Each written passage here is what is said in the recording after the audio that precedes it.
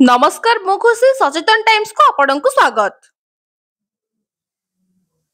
Banapur बालुगा रोटारी club तरफ बालुगा गांधी छक निकट चिलिका रोड रो एक दुकान निकट में दहीपणा बंटन करा जाउछि।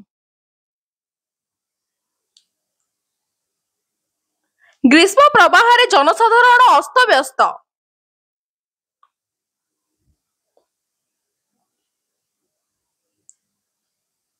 दही पानी बंटन करुथिबा रोटारी क्लब रो समस्त सदस्यों को सचेतन टाइम्स तरफ धन्यवाद।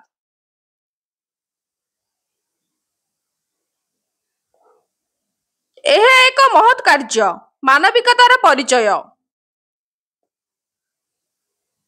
जनसाधारण को अनुरोध ग्रीष्म प्रवाह को दृष्टि रखी यातायात कला बेले सांगरे पीवा पानी नियंतु और छता व्यवहार करंतु।